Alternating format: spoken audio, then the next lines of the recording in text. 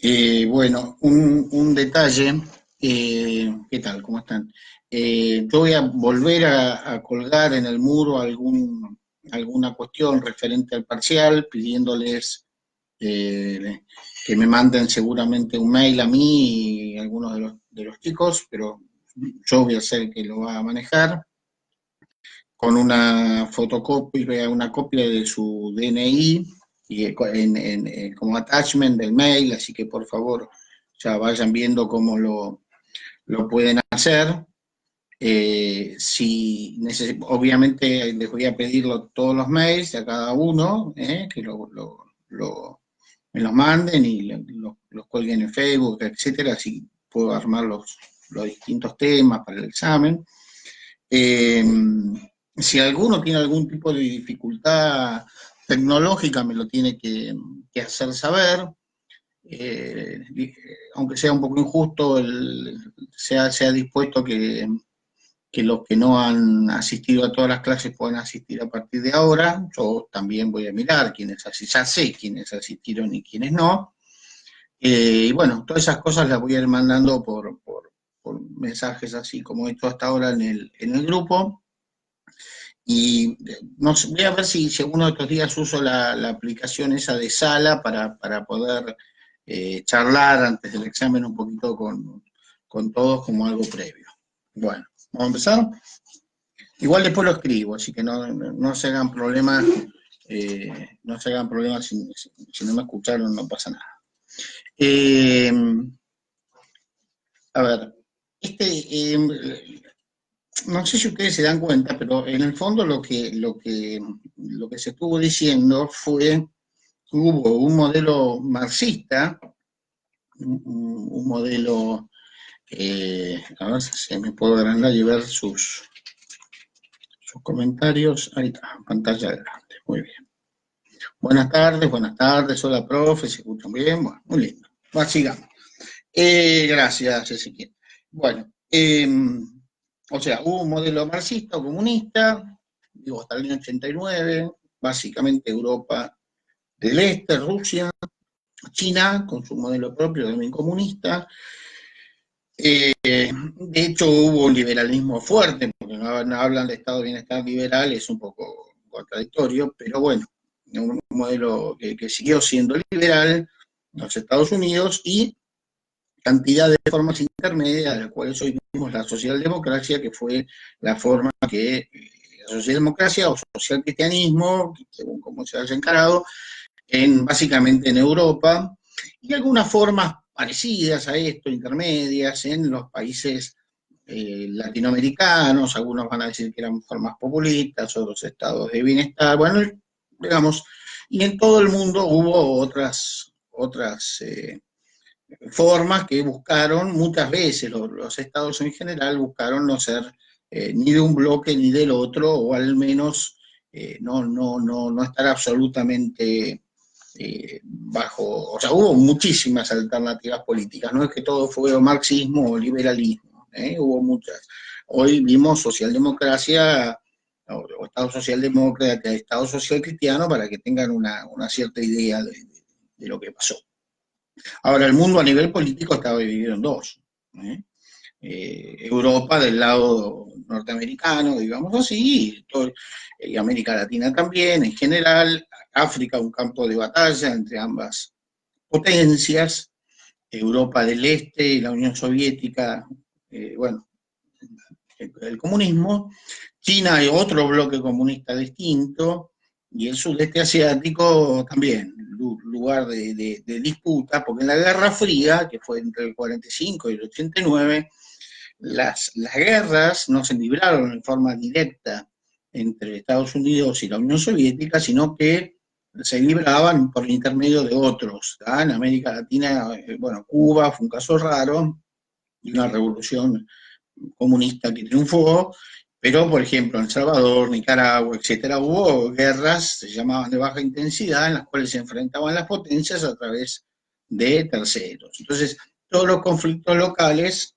se veían acrecentados porque los dos colosos del mundo jugaban sus fichas en todo el mundo, y entre sí lo que había era una enorme carrera armamentística, una enorme carrera armamentística. O sea, el mundo estaba partido en dos, por decirlo de alguna forma, desde el punto de vista político, sin perjuicio de que al medio de los dos grandes sistemas que habían, el comunista y el sistema liberal, hubieran cantidad de sistemas que no querían ser ni una cosa ni la otra, y uno lo podrá llamar socialistas, demócratas cristianos. En América Latina hubo diversas formas de, si ustedes quieren, de populismos, pero no, en ese momento no sé si eran populismos, eran estados de bienestar a la latinoamericana, o estados demócratas cristianos, en muchos casos. Hubo sistemas que buscaron, por más que estuvieran cerca de la Unión Soviética, muchas cosas estaban, o sea, trataban de ser independientes de ella, como Yugoslavia, Egipto.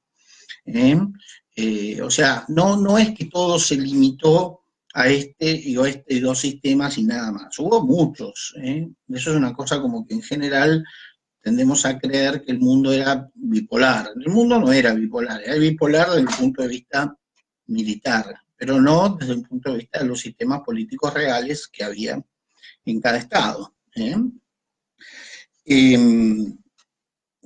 Ahora bien, en 1989, o sea, se produce todo un gran... En 1909 cae el muro de Berlín, que es el gesto que da por finalizada la Guerra Fría, por decirlo de alguna manera, ¿no es cierto? O sea, la lucha entre los Estados Unidos y sus aliados de Europa y la Unión Soviética y sus aliados europeos también, que en general estaban bajo regímenes totalitarios, ¿no es cierto? En cambio, de otro lado, eran regímenes democráticos. Esto ocurre en 1989 y ocurre desde antes, ¿no es cierto? Es elegido Papa Juan Pablo II, un polaco. Era como que había un gran silencio de lo que pasaba atrás de la cortina de hierro, se llamaba. Había un gran silencio, uno no sabía mucho qué pasaba en esos países, de Alemania del Este, Polonia, la Unión Soviética, y de repente un papa polaco que les da aire en la práctica, más allá de que lo haya querido o no, yo creo que lo quiso.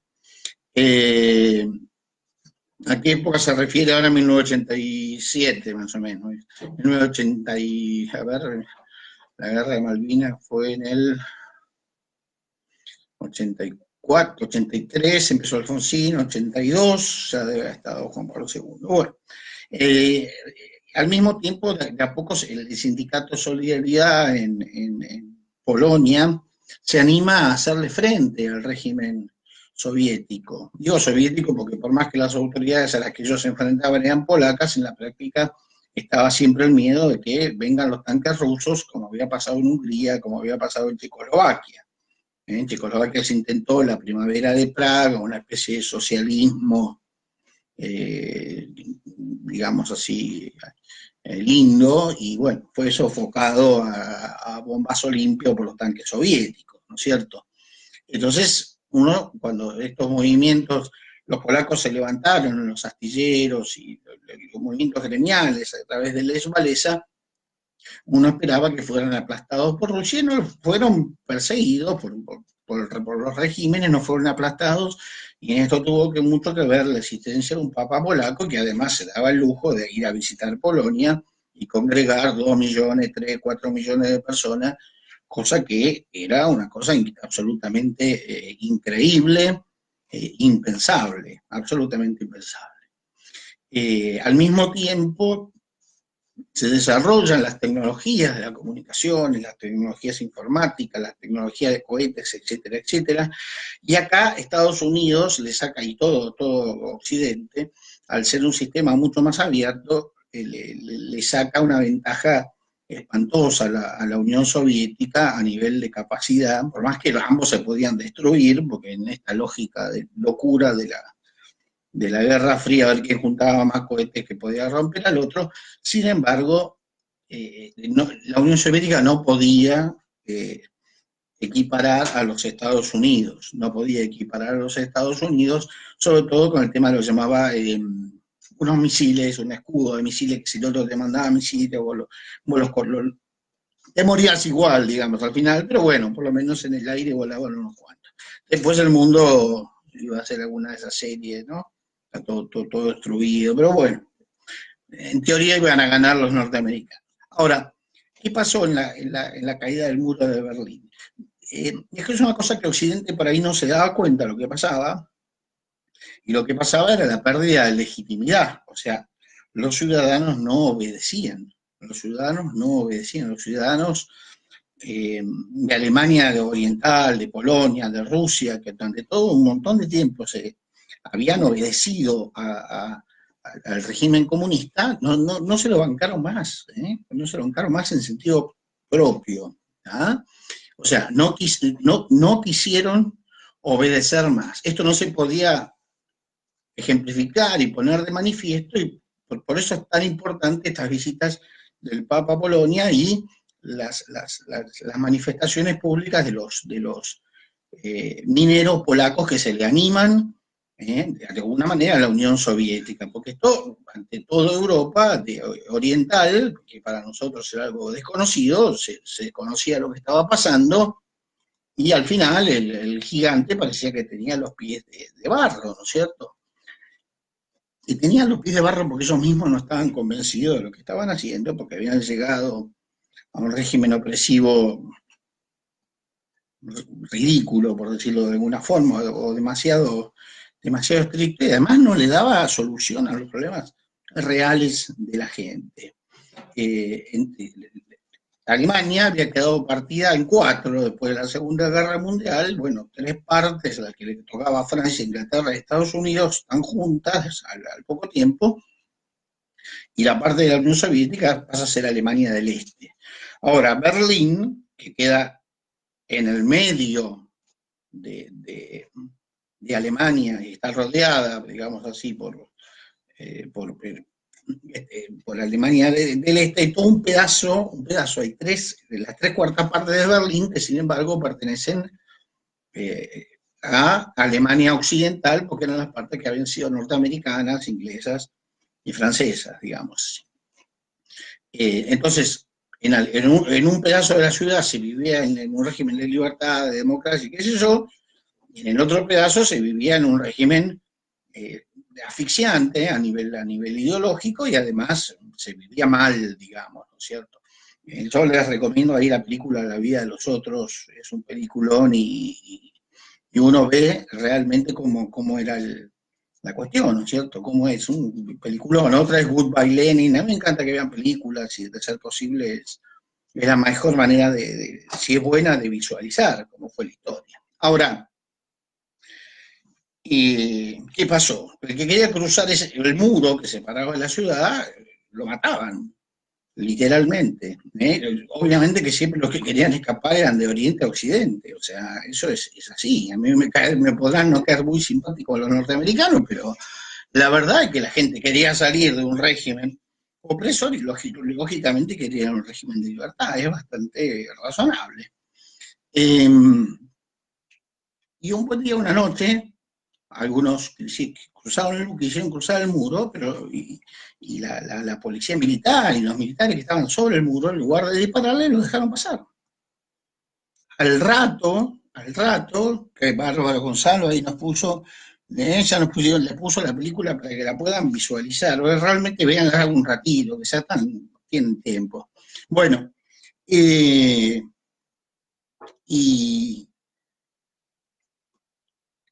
claro, ¿qué pasa? No sé si encontrar Goodbye Lenin, porque esa me gusta más todavía. Bueno, Goodbye Lenin es la caída del muro. La caída del muro es eso, gente que empieza a pasar, y de repente están todos los alemanes del lado digamos, que estaban sojuzgados, junto a los mismos soldados, junto a todos, destruyendo el muro ese a palazo limpio. ¿Ah? El muro había inspirado la vieja película también de Wall, no sé si se acuerdan. Ahora, o sea, perdió toda legitimidad, y como perdió en Alemania Oriental legitimidad, rápidamente la pierde también en Polonia, en Checoslovaquia, en los países de Europa del Este.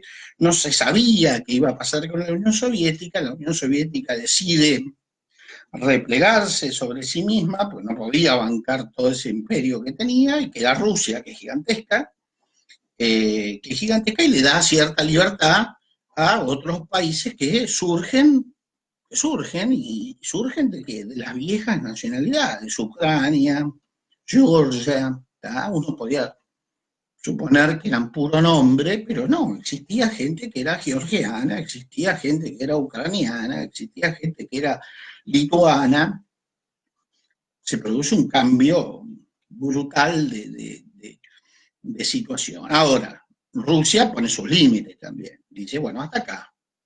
Y estos países quedan bajo mi órbita, o sea, Polonia, Lituania, Letonia, se pueden ir con la Unión Europea, pero hasta Ucrania se la banca, Georgia, bueno, hasta algún punto, digamos, pero Bielorrusia, y los que están más cerquita mío son mi colchón y están dentro de mi esfera económica y política y militar. Ejemplo, Chechenia quiso ser libre, los chechenos los masacraron y Occidente no movió un dedo. Dejaron que lo maten a todos. Después los chochenos mataron todo lo que pudieron rusos, pusieron bombas, bueno. Ese era el límite y ahí los rusos no se movieron. Todo este proceso se llegó a la conclusión, digamos así, de decir, bueno, el capitalismo ha ganado Estados Unidos, esa fue la interpretación que se le dio en la mayoría de los casos a los acontecimientos, y es bastante lógico que se le haya dado esta interpretación, digamos, ¿no es cierto? La película Goodbye Lenin voy a contar un momento de la película, por si alguno la ve.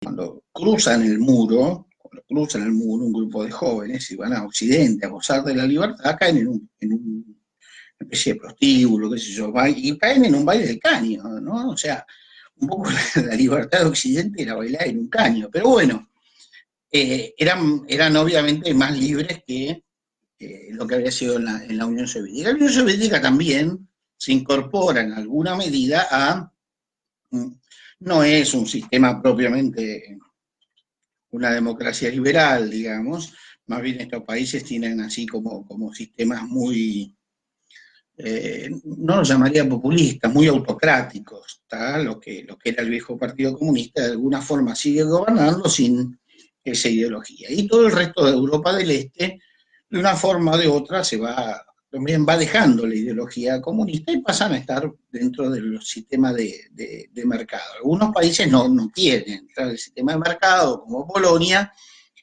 va y viene buscando algo que no sea ni el comunismo ni el liberalismo, y bueno, todavía siguen eso, y bueno, pareció difícil. En general se impuso un sistema de mercado, un sistema de mercado en todos lados, por más que el Papa Juan Pablo II protestaba, gritaba, yo voy para un lado, yo voy para el otro, tratando de que esto no ocurriera, porque él quería vencer a la Unión Soviética, quien detestaba, porque él había sido un esclavo, digamos así, había sido trabajador en los astilleros, había peleado incluso como soldado polaco, pero bueno, la realidad fue otra, digamos, ¿no es cierto? Él quería una especie de tercera vía europea que no ocurrió, que no ocurrió. Entonces él saca un librito, una encíclica, y explica, es la primera encíclica que saca un papa que explica un proceso histórico, es una cosa bastante loca, sensacional, y ahí explica bien claro también no solamente las deficiencias del comunismo, sino también las deficiencias del capitalismo, sin absolutamente la menor duda. Primero sacó Solicitud de Redes Sociales, se llamó, y a los 8 meses después que cayó, sacó la otra que ahora no me acuerdo el nombre. Y acá los liberales se enojan, obviamente, el liberalismo se enoja. Lo que había ocurrido es que unos años antes de la caída del muro, del viejo liberalismo, que incluía una actitud activa por parte del Estado en evitar monopolios, una actitud activa en cuanto a la educación, una actitud activa, y además en cantidad de países se habían creado socialdemocracias, se produce una reunión en el año 1975, bueno, unos 10, 14 años antes, en Rambouillet, o algo por el estilo, creo que Francia, y se llega a un acuerdo que es el consenso de Washington, y el consenso de Washington es como que dice, bueno, basta, estado de bienestar, vamos para atrás, vamos de vuelta al liberalismo, pero en realidad no se va al liberalismo, se va a otra cosa, que es lo que se llama normalmente neoliberalismo. Y acá quiero dejar bien aclarado que eso no tiene nada que ver con los términos que se usan en política nuestra, vernácula, que obviamente destruyen eh, todo significado eh, todo significado académico, porque bueno, están haciendo política, ¿no? Así que dicen lo que se les ocurre. Pero bueno, este consenso de Washington lo que proclama los países más importantes del mundo liberal, eh, del mundo, porque ya no existía, todavía existía, digamos, pero bueno, esto fue antes de que haya la Unión Soviética, y esto produjo una, ojo, gran eficiencia económica, ¿no es cierto? Las privatizaciones, la desregulación, una gran libertad financiera de las finanzas, un Estado mínimo, ¿tá?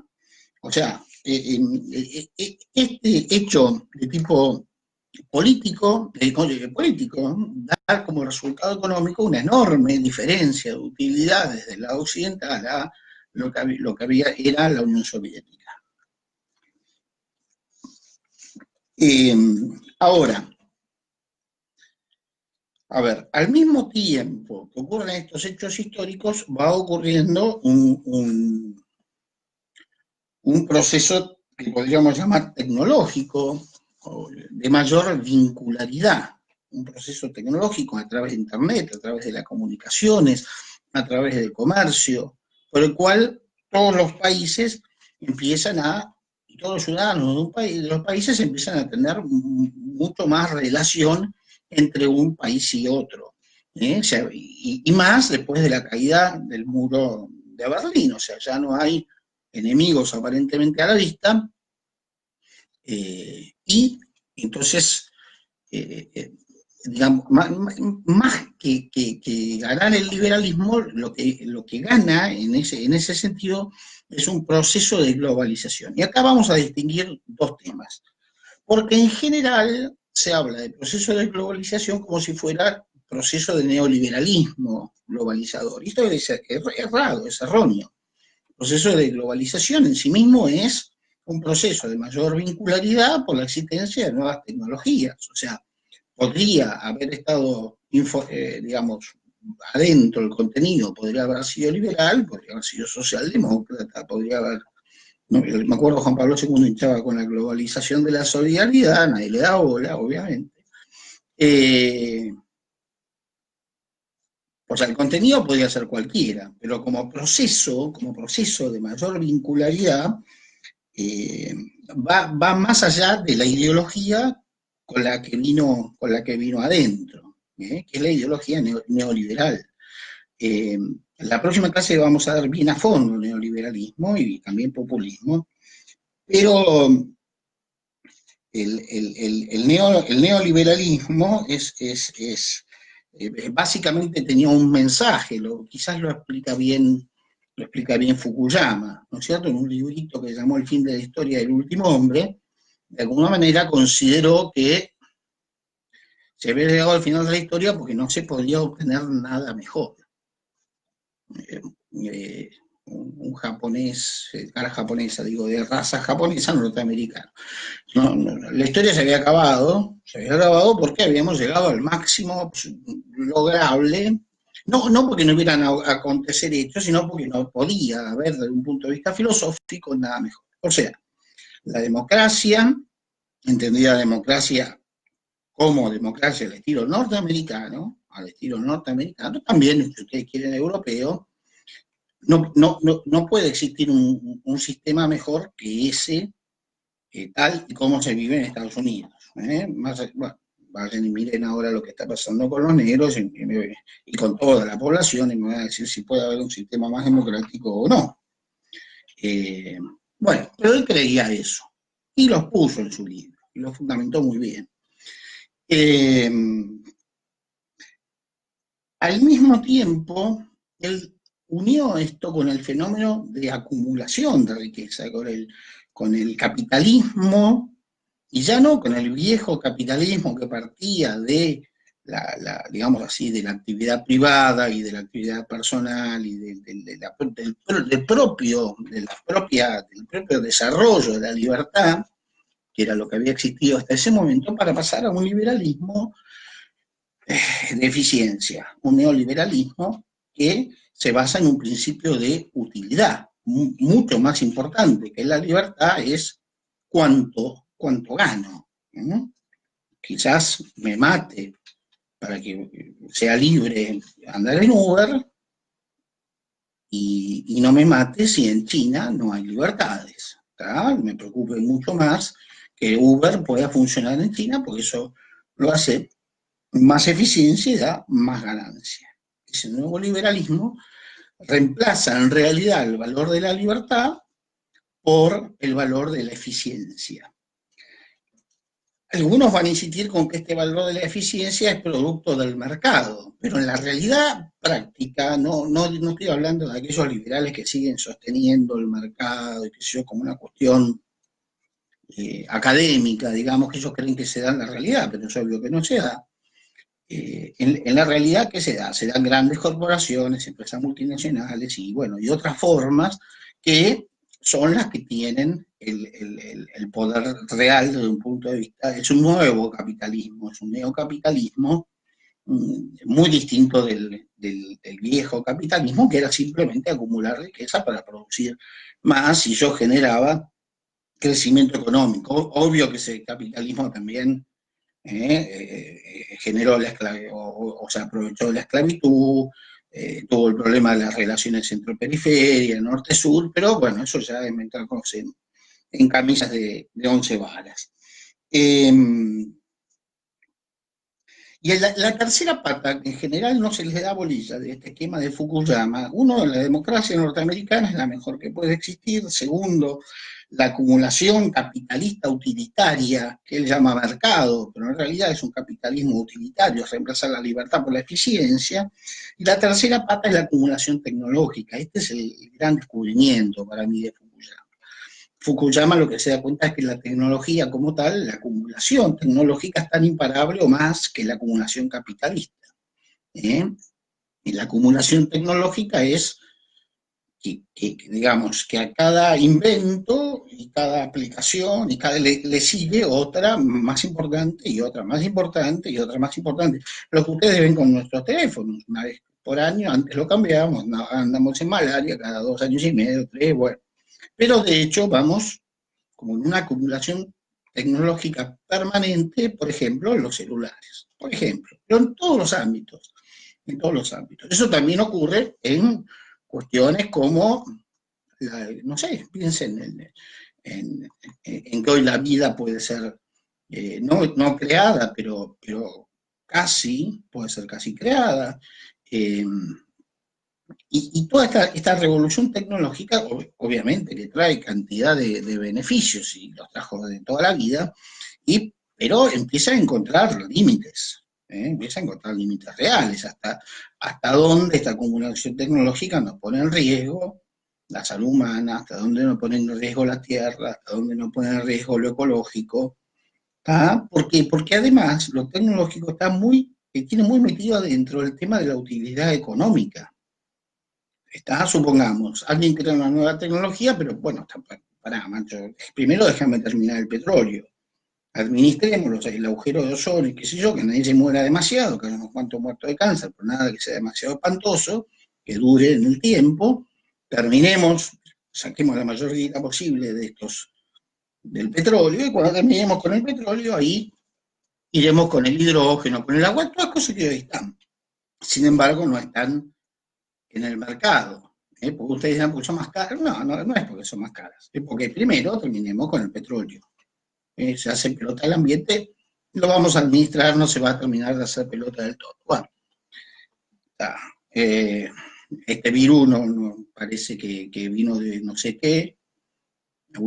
El tema es que pudo haber venido de un laboratorio, pudo haber venido. O sea, estamos manejando tecnología complicada, tecnología que ya no reconoce ningún límite. Esta acumulación tecnológica, más la acumulación de capital, más lo que podríamos llamar acumulación política, Fukuyama lo da como el sumum de la historia. Llegamos al final de la historia.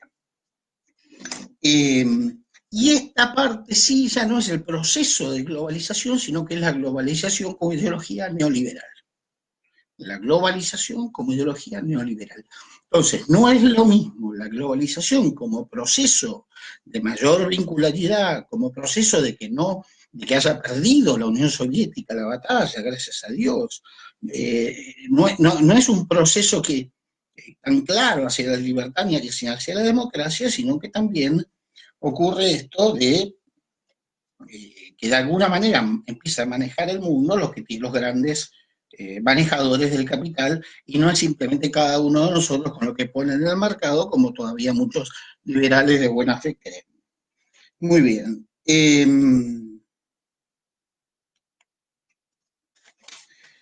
Algunos ven distinto este proceso. Por ejemplo, Huntington lo ven más bien como un choque entre civilizaciones. No ve, porque lo que Fukuyama muestra es que cada vez hay más países democráticos. Hoy Fukuyama ya no dice lo mismo. Fukuyama en ese momento cree que el Estado tiene que desaparecer. En un posterior libro suyo va a decir todo lo contrario. Va a poner al Estado como uno de los principales actores en la modernización a la que busca, ¿no es cierto? Obvio que no es solamente Fukuyama, es uno de tantos autores, ¿no? Muy bien. No quiero hacer ahora una crítica demasiado importante, digamos, de la globalización como ideología, sino saber que esta globalización como ideología se presenta como algo que es imposible oponérsele. La política ha llegado a su fin, y de ahora en más lo que priman son las relaciones puramente económicas, las batallas son económicas, muy lindo el espíritu timótico, hay un montón de cosas que Fukuyama muy interesantes. Y claro,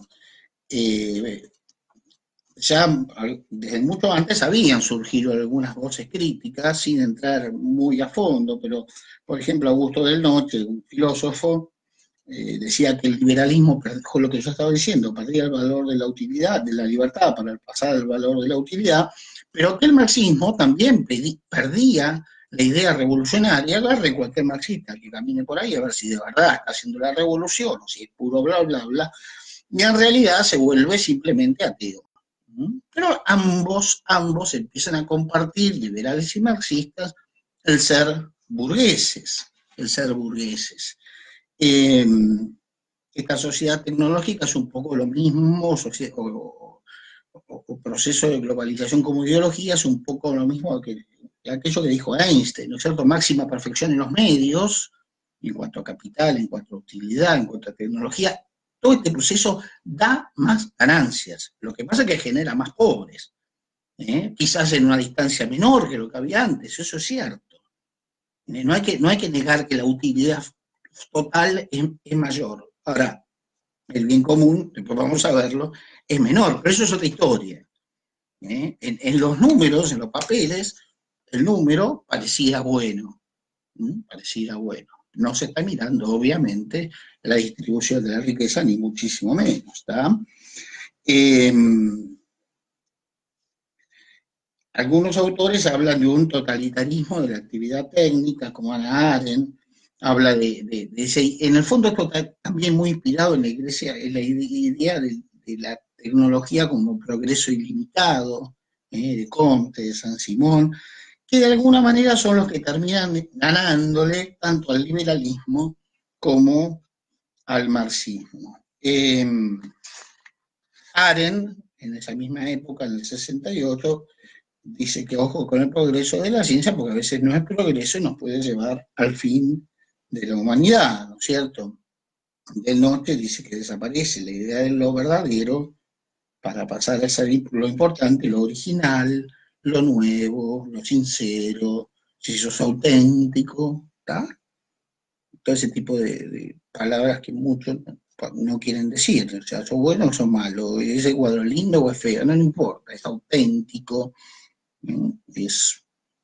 o sea, es como que se descarga de valor la nueva sociedad, populariza. No hay valores fuertes, sino que hay valores débiles. Muy bien. El que ya antes de que esto ocurra va a notar que esto provoca contradicciones y va a escribir un libro en ese sentido que se llama Las contradicciones culturales del capitalismo, es Bell, ¿está? Porque va a decir que el ámbito tecnológico lo que busca es la eficiencia, pero el ámbito cultural lo que quiere es el hedonismo, el consumo, pasarla bien. Y hay un problema entre consumo, pasarla bien, y eficiencia. O sea, el viejo capitalista era un tipo puritano que no gastaba. Ahora queremos la máxima utilidad y al mismo tiempo tirarnos toda la guita encima. ¿Está? El hedonista no quiere salir de parranda, quiere decir una sociedad consumista, una sociedad consumista. Y al mismo tiempo él ve que en el ámbito político lo que la gente quiere, lo que quieren ustedes, mayor participación, porque no se siente representada. Ahora, ¿cómo hacemos para conciliar mayor participación con mayor eficiencia tecnoeconómica? Si participan todos, es obvio que no va a haber tanta eficiencia, porque los que participan no van a saber tanto como lo que se supone que saben. No sé si saben, pero bueno, ellos dicen que saben. Y al mismo tiempo, si queremos participación, ¿cómo vamos a hacer a participar tanto en política si lo que queremos es pasarla bien y tener una cultura hedonista? Entonces él ve cómo el ámbito técnico-económico, el ámbito cultural y el ámbito político, con sus respectivos valores, eficiencia, hedonismo y consumo y participación real en la política, se contraponen entre sí. Este contraponerse entre sí va a ser lo que más adelante se va a llamar el malestar en la globalización, si ustedes quieren. Me gusta la palabra, lo de Bell, el título de su libro, Las contradicciones culturales del capitalismo. Bueno, este periodo de la globalización ya como ideología neoliberal en realidad termina más o menos para el año 2008 y sigue en alguna medida, pero con la crisis financiera del año 2008 se pone digamos así, los estados tienen que volver a intervenir en la economía. Si los estados no intervienen, se cae toda la finanzas. Entonces, a partir de allí, los estados vuelven a intervenir, vuelven a poner regulaciones financieras que hasta ese momento no existían, habían desaparecido, y vuelven a tener importancia del Estado. Y miren hoy la importancia que tienen, o sea, para bien y para mal, por más que el proceso de global. Pero ahí les digo, por ejemplo, el proceso de globalización sigue, no hay forma de pararlo. Un bichito que nace en no sé dónde nos jode a todos. Eso es proceso de globalización. ¿Y por qué? Porque hay mayor vincularidad, porque hay más aviones, porque hay más comercio, porque eso es así, porque ahora somos una aldea global y antes no lo éramos. A los que critican la globalización como proceso siempre les digo lo mismo. Parecen esos medievalistas, ¿tá?, que quieren volver al medioevo. Muchachos, los castillos no están más. Y si los castillos están, no sirven nada más que para un museo. O sea, supóngase que están en el Renacimiento y quieren volver al medioevo, a una época, qué sé yo, no sé. ¿De qué estamos hablando? Si no están las condiciones culturales para que exista un señor feudal, los vasallos, una sociedad tranquila, ordenada, con todos sus problemas de otro tipo. Pero bueno, hay gente que los castillos no están más. Bueno, los que quieren volver antes de la globalización no van a poder. Ya está. ¿Está? Estamos en un mundo globalizado, no hay vuelta. Ahora, aquellos que quieren plantear que la globalización como ideología no sea el neoliberalismo, les diría que están todas las posibilidades abiertas, y que es más, hoy tenemos que tener grandes cuidados también con que la nueva globalización no incluya algún tipo de autoritarismo o totalitarismo, incluso de la ciencia, muy feroz. Pero bueno, neoliberalismo y populismo como más a fondo, digamos, y como crítica incluso a los dos, lo vamos a dar la clase, no la próxima, que vamos a dar partidos políticos, me parece, sino la otra. Y yo les voy a ir poniendo las cosas que son necesarias para los parciales, ahí tienen, la verdad es que la idea es que aprueben, pero la idea es que sepan. Así que va a ser un proceso importante y lindo el que vamos a tener para que realmente salgan todos sabiendo y al mismo tiempo logren terminar todos muy bien este cuatrimestre tan raro que hemos compartido. Bueno, no sé si alguno quiere hacer alguna preguntita. Gonzalo dice, es lo que se llama relativismo. No sé de qué hablas, pero supongo que sí. El relativismo es decir, nada es bueno o nada es malo, sino todo es de acuerdo a lo que convenga. ¿Eh? Ese es el relativismo moral del que está hablando Gonzalo. Sí, sí, eso es así, obviamente.